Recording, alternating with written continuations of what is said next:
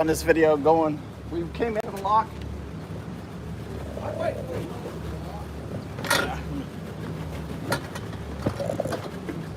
And we've been waiting on this lock an hour and a half. When you're scheduling your days, you got to schedule them where these locks aren't so important and getting through them.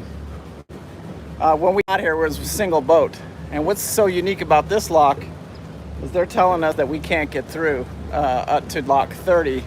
As we're like borderline. We only have 4 feet of water. We draft a little over 4 feet and they're saying you're not going to make it. So they've shut all traffic down over 5 feet going through lock 29 here, westbound through the Erie Canal. So if you're eastbound, it would be lock 30. Anything over 5 feet is not allowed through the canal. So we'll see what happens here. It's a quick run over to the next lock. It's only a few minutes. I just want to kind of bring you in the lock here and see what's happening. You see Pete up there working his line.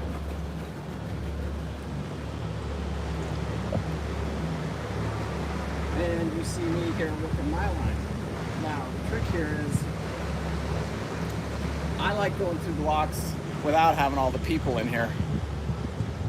When you have a ton of people in the locks, it makes everything is twice as hard.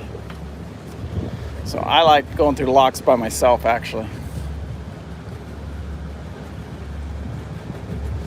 Sorry for the delay, but we got held up an hour and a half. We pulled up to the lock and it's been an hour and a half we've been sitting here waiting. They're only letting traffic go in one direction. So if they got eastbound traffic, you got to wait for the eastbound traffic to clear the lock. If you're going westbound, you've got to wait for the westbound traffic to clear to the next lock before they'll let anybody through. So we're just patiently holding the lines here. One thing I learned from doing all of these locks now, this is our 29th lock here. Me and Bev have probably been through, I don't know, at least 10 other locks. So I've been through probably 30, 40 locks now.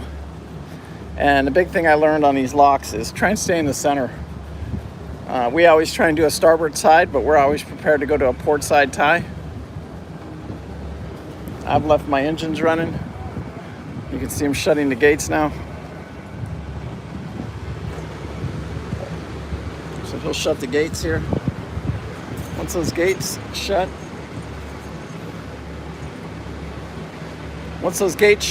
they'll open up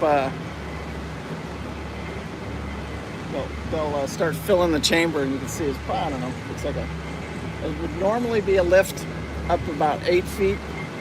Or 12 feet, but it's only going to be half that because something happened to the water.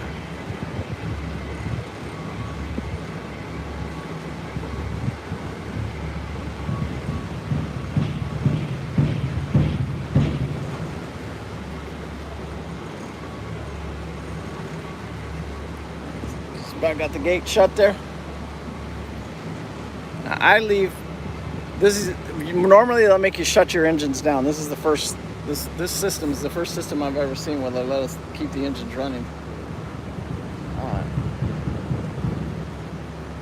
So I've left my engines running.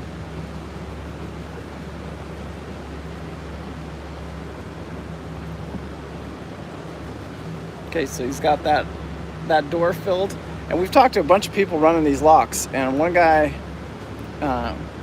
he almost sank in here, and it's because he was too close to that back end right there.